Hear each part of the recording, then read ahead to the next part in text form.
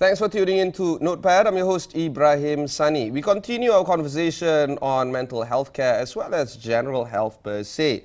Joining me are two educators from UiTM, the Dean of Faculty of Medicine UiTM, Professor Dr. Mohd Zamrin Dimon, as well as lecturer from UiTM, Dr. Jannah Nasution, who's also a psychiatrist. Thanks for spending the time with us. Prof, let's start with you. UiTM has always been at the forefront of the medical training of students, and we'd like to just get a little bit of a recap into what has been happening at the medical faculty. Perhaps people who don't know about UiTM medical faculty can perhaps learn a little bit more. Prof. Okay, thanks, Ibrahim. I think medical faculty of UiTM is one of the biggest, is the biggest faculty in Malaysia in terms of medical student intake. We took about 230 students per year, and the new thing about this year, the new intake is we started to interview them through a multiple mini interview, because previously we only accept the student based on the UPU selection. Yeah, so academic results. Academic result per se, but starting from this year, we select them, we call them for interview based on certain criteria, and they go through the multiple mini station that range from the leadership, from the social, from the communication, from the ethic.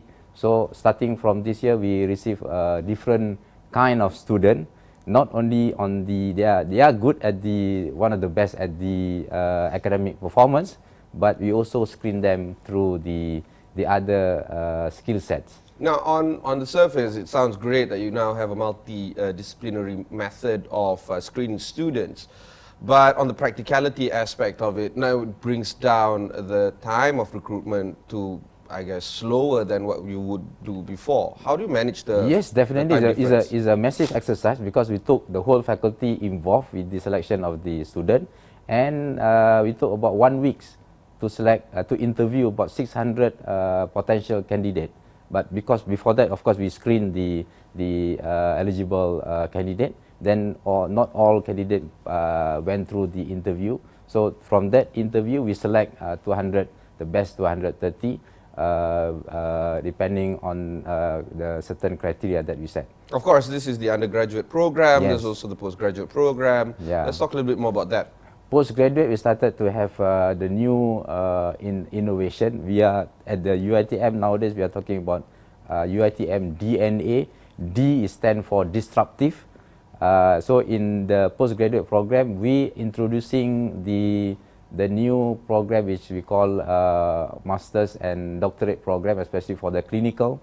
So we are the first university that was given the task to roll on this new program. We will start this program with the cardiothoracic surgery program, where we start with 2 years of master's science in cardiothoracic, followed by 4 years of the doctorate program. So the other clinical program, we will embark on the 1+3, which is 1 year of master's and 3 years of doctorate program. This is something new, disruptive, as I said. But I think this is the way forward, especially it's conformed with the MQF or MQA requirement in the country. And the other N and A normally is called nucleic acid. N is the... I cannot imagine that to be acidic. N is actually the non-judgmental, and the A is about the agility.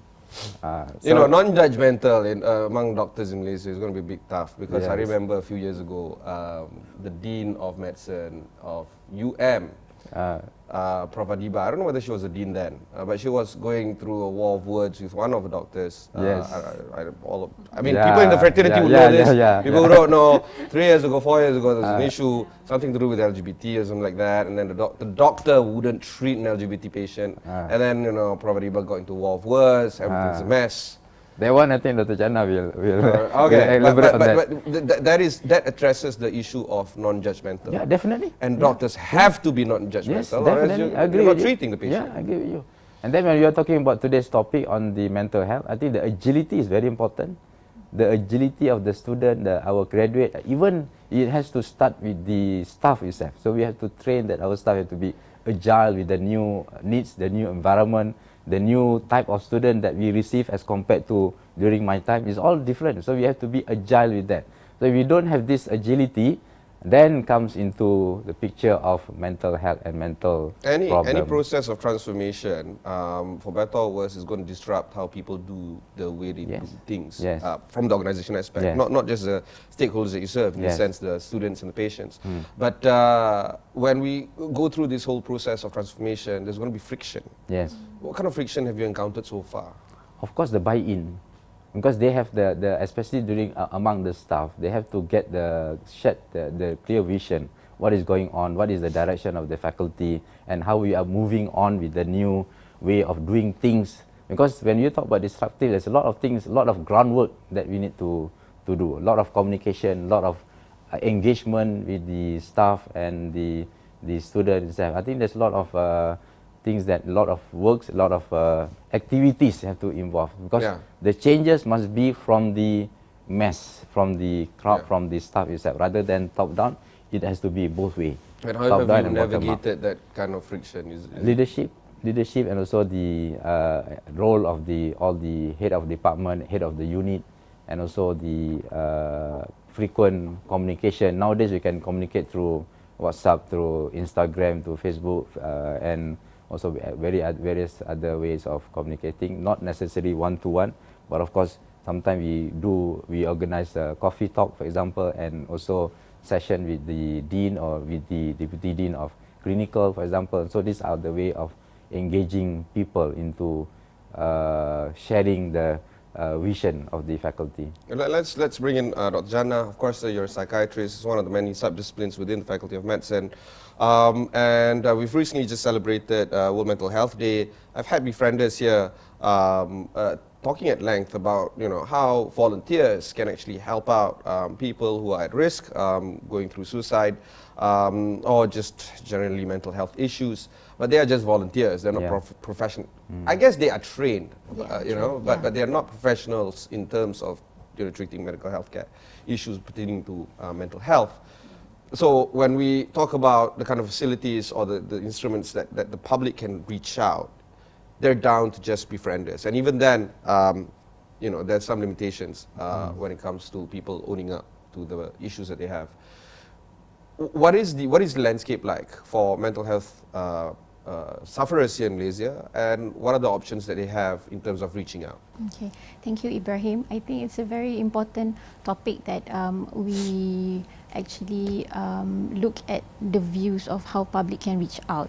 I mean, we have done a lot of promotion and awareness on knowledge of mental health problems, but subsequently the intervention and the reaching out part, we are still working together, both in the university, in the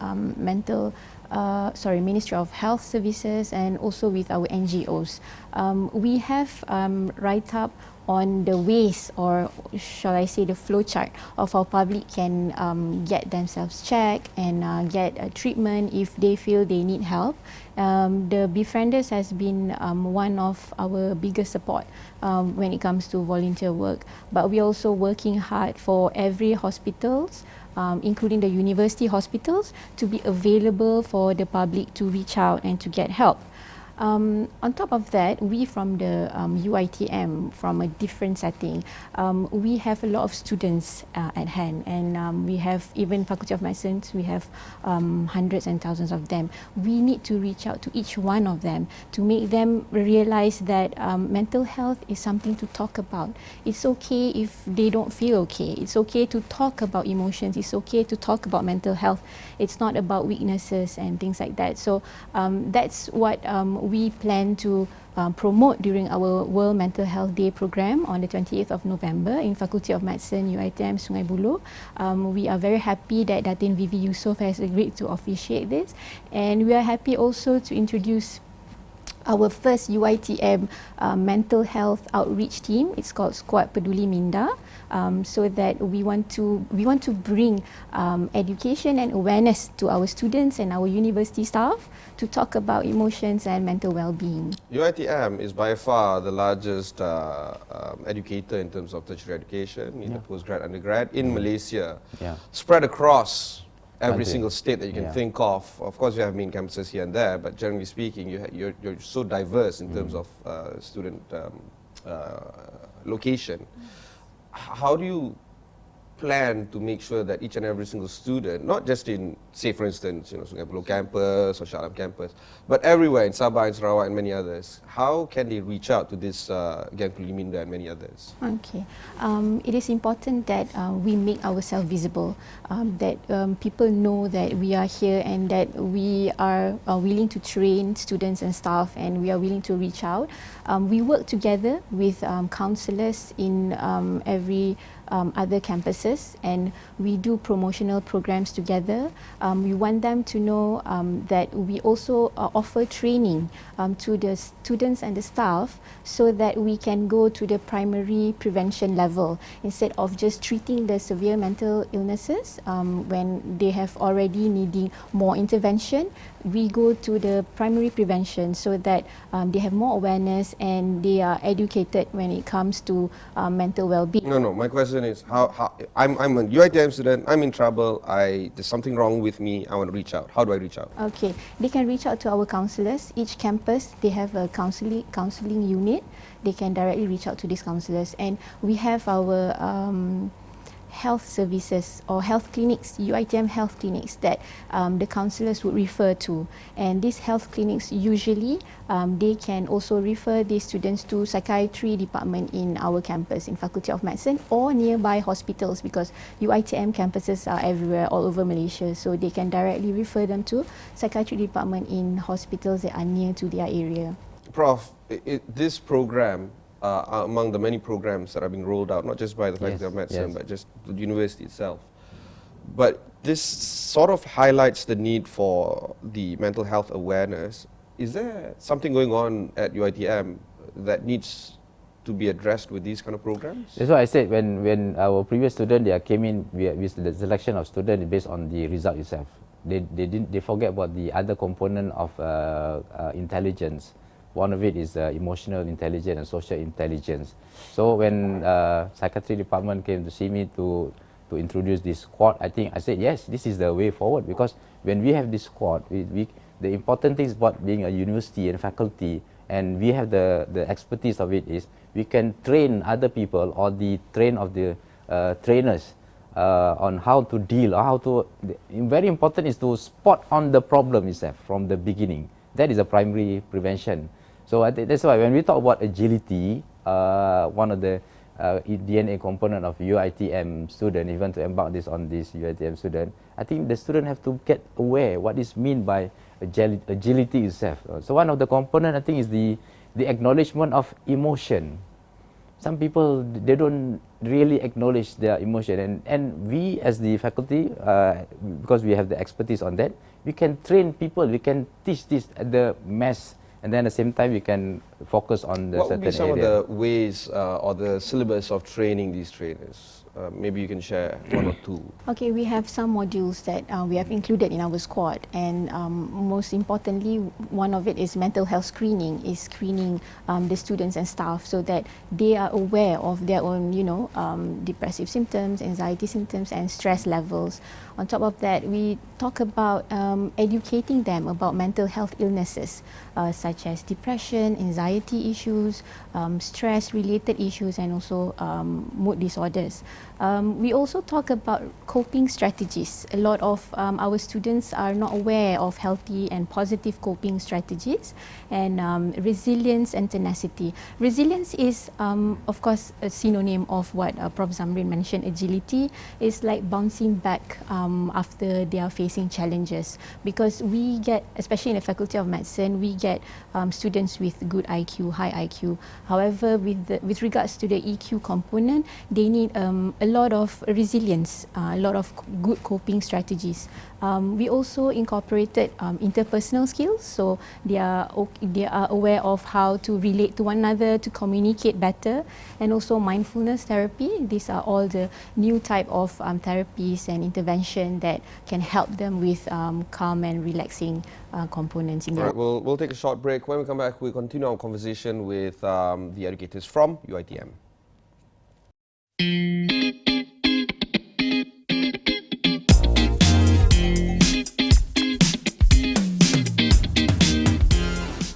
Thanks for staying on with us. We continue our conversation with the educators from UiTM. We have in the studio with us the Dean of the Faculty of Medicine UiTM, Professor Dr. Mohd Zamrin Dimon, as well as a lecturer as well as a psychiatrist, Dr. Jannah Nasution. Prof, as an educator, the challenge is not so much on getting the programs out, it's actually getting funding. Your university is suffering from the same affliction as other universities in Malaysia. Fundings are cut, generally speaking, because we have a new government, they're more prudent, whatever the reasons are, you have less money than before. And yet you want to roll out more programs. How are you going to manage these two things? Actually, when I saw the proposal from SPM, the squad Peduli Minda, so I can see the opportunities there, because this is one of the ways to generate income. Because if they have the capability, they come up with a module, they can sell this module to other universities, to other institutions. In fact, when they conduct a training, they have been, I think, if I'm not mistaken, they have conducted a training at the Selangor state level. They have been invited to conduct, because this stress management is something that is very no, not complicated. Malaysians are very generally common. speaking, Malaysians are poor in dealing with abstract problems. They're very poor, right? If I get into an accident and my leg is bleeding and half my leg is over there, people can address that problem. But if I go there and I say I'm stressed out, they say tak apa, solat banyak. That's, I mean, that might be a solution, but you're not addressing the core problem that I'm going through, right? Abstract problem is always big. Hopefully your screening, funneling of new students can actually solve this. So this is an income generation activity, and then from that activity, actually, when we gathered a lot of data, and that data is actually can convert it into research, and then from the research you can also try to secure the research funding from, because this is one of the common and then very stressing issues of the nation that you have to come up. Otherwise, especially when we are talking about the human-machine interaction, there's a lot of stress involved. I agree. That's why I think when we get this proposal, I said faculty will support strongly. Okay, it's interesting because this show, generally speaking, deals with technology as well as business, and both of them are stressors to an individual. I don't know, being an educator might be a stressful job, but when we talk about Malaysians using technology, social media, using screens in front of them, we are one of the highest in the world in terms of the number of hours spent. We had an interview with Facebook executive, and she's very proud to say that, Malaysians are the second highest in the world in terms of using, because she's proud, people are using a product, but generally speaking, worries me. Just yesterday, we had Ipsos, a research house, talking about how the consumers in Malaysia spend so much time on not just one screen. There's normally 3 screens. On average is 3 screens. So maknanya there's 4 or 5 screens, in front of them, right? And it can be work, and then Netflix or something, and then you have social media. It's scary. And when you talk about the exposure of social media as well as technology to the regular human being, there's sufficient studies to show that this is just causing more harm than good when it comes to mental health. Do you think that these kind of programs need to be aggravated even more, needs to be spoken even more moving forward? I believe, because when we talk about the workforce in the future, apart from the AI, apart from the computer scientists, the second highest in demand is actually psychologists. So they are in the right field. You got a good job right now. Yeah, psychiatry, and at the same time we have a clinical you got to deal with students. Itu satu hal pula kan. Yeah. But the issue is not just psychiatrists. Psychologists. It's actually, psychologists, counselors. Those kind of field, right? And I don't know whether there's enough training that can be put in to actually equip these kind of workforce in the future, because if you need 10 or 100 counselors or psychiatrists or psychologists, you need the necessary amount of people to train them. Do you think that in Malaysia we have the sufficient trainers to train these kind of people for the workforce of the future actually? Yeah, as it is, I think number of psychiatrists and clinical psychologists are seriously scarce.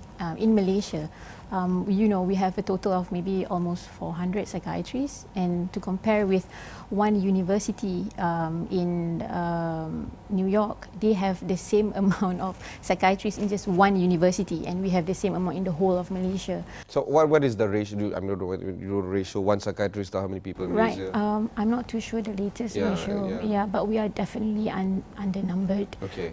Definitely we need more trainers, but you know, if what we are producing is small numbers, then that also means that trainers are So also what in. can it be explained from this? Why are we having so little psychiatrists in training or public service? Basically, psychiatry and psychology is not really, even in medicine itself, psychiatry is not the most favorable subspecialty that people want, because you know, it's just imagining yourself always listening to, you know, stress and depressed stories. I and get things paid to like do that job. I mean, I listen every day. In front of We camera. also get extra leave for the, you know, for workplace hazard. We are getting more and more people who are more interested in our line of work, but still, you know, our culture is that emotions somehow is related to weaknesses and not enough spiritual well-being and things like that. Hang on, I got to put a comma to that, because Yeah. in Asian culture, generally speaking, that's the case. I mean, I'm Correct. talking about China, Correct. Japan, India, you name it, right? Yep. That's how Yep. Asians are being brought up. Yeah, You know, suppress your emotions, deal with it on your own time. and you look stronger. you Yeah. know? I disagree with that, because I think the acknowledging that emotion is one of the important components to overcome the stress. Okay. And that's why most of the time when we did some of the survey in medical student or in any university student, their stress level is high because they don't really express the emotion. They don't cry when they have some difficulties. Of course, not crying like the other normal Yeah, cry, but yeah. there's something that Yeah. when they have difficulties, of course, get some rejection from other people, from failure from the exam. They don't get what they're expecting to get. So this is some form of failing or rejection that they don't express. When we talk about transformation operations or strategies that is being rolled out, organizations that have smaller goals tend to transform better than organizations that have bigger goals. Right now, the way I look at it is, what you're doing, Prof, is trying to transform not just the Faculty of Medicine and also / UiTM, which is, let's be frank, it's a big organization. You are trying to transform the society of Malaysia into how people are going to be accepting mental health per se. Yeah. That's a huge goal. Are you confident that you can succeed? I think that's the role of this squad, because when we come up with that, the idea of having a squad is to train more people. We cannot train, we have limitation in training the psychology and also the psychiatrists, but we can train the second level of the trainers. I think that this is the role, because we are an educators, so we have to come up with how the faculty, how the university can be of use to society, how we can engage with the society, and this is one of the way. The duration for Master of Medicine in Psychiatry 4 years. awarded by UiTM is Yeah. 4 years. 4 years, yeah. And per batch or per cohort, we're talking in the teens. So, you know, maybe 10, 15, 20 per cohort. Yes. With a dropout rate, or I don't know what the percentage is, there is a Yeah. dropout rate. Yeah. So essentially every year you're getting like 10 people graduating, you know, congrats. But is that enough? You know, that's Definitely no. Definitely not enough. that's scary, man. Yeah. You should reduce your EQ filter, hiring more students, getting in. People are scared, right? No. But then, you know, if we just take everyone, not everyone can actually handle the job scope later on, you know? I can imagine. Yeah.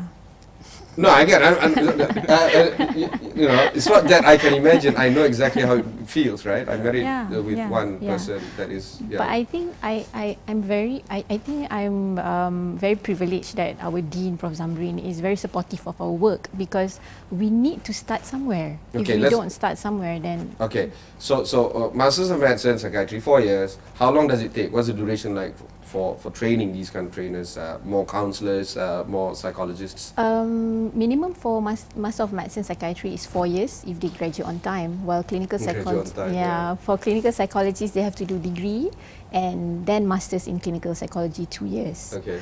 And for counsellors, they can do degree in counselling. So we have more counsellors because they are the gatekeepers, and then subsequently the more serious cases will go to clinical psychologists, and the more severe ones go to psychiatrists. Of course, this is the formal training and education. Correct. There's also I don't know, workshops and stuff like that. What is it like going through these kind of workshops? Do you have a duration in mind or something? You mean for Squad Peduli Minda? Yes. It is really on case-to-case basis because we need to know the requirement for how many students that the campus or the department would need from us. And it won't go for many days because our modules are stick to 5 because we are focusing on primary prevention, which means basic knowledge and awareness that they need to have. So it would be around 2 to 3 days for us to have this training, and it would be on, in the future, along the pipeline, it would be on regular intervals with the peer supporters for selected group of students. So if the public wants to learn more about this, is there a place that they can go to? Our training, like yes, they can go to our website, Faculty of Medicine. It is in the pipeline of putting our squad in under the Department of Psychiatry under our medical faculty website, UiTM medical faculty website. Prof, do you have any last words for people, wanting to learn more? I think the formation of this squad is not to treat the whole problem because most of the stress-related or mentally related disease can be managed at the primary level. Only the problem, the severe one that need to be referred to psychiatry. So when we have this squad Peduli Minda, actually it can reduce the workload of the psychiatry and then psychiatrists and also the clinical psychologists, so they can train more people to get aware of this disease. I think this is the role of our faculty and our contribution to the society. Key factor in medical operations is always triaging your patients. Yes, correct. Yeah. Right. So this is the way that we propose to with this formation of the squad. All right, great. If you want to learn more about this particular program, just head on to UiTM's medical faculty website. If you've missed any part of this interview, just head on to astro.com. Look for Notepad over there. There's plenty of conversations talking about technology, business, mental health care. This is my, 5th interview regarding mental health care. There's going to be one more tomorrow, actually. Talking more about these issues. If you want to learn more about this, just head on to AWANI.com. Look for the kind of interviews there. You can also watch this interview on our newly launched app. Just head on to the Google Play or the Apple App Store. Download the freshly minted Astro AWANI app so you can watch these interviews on your devices. Until next time, thanks very much for watching. Goodbye. Thank you. Thank you. All right. Thank you.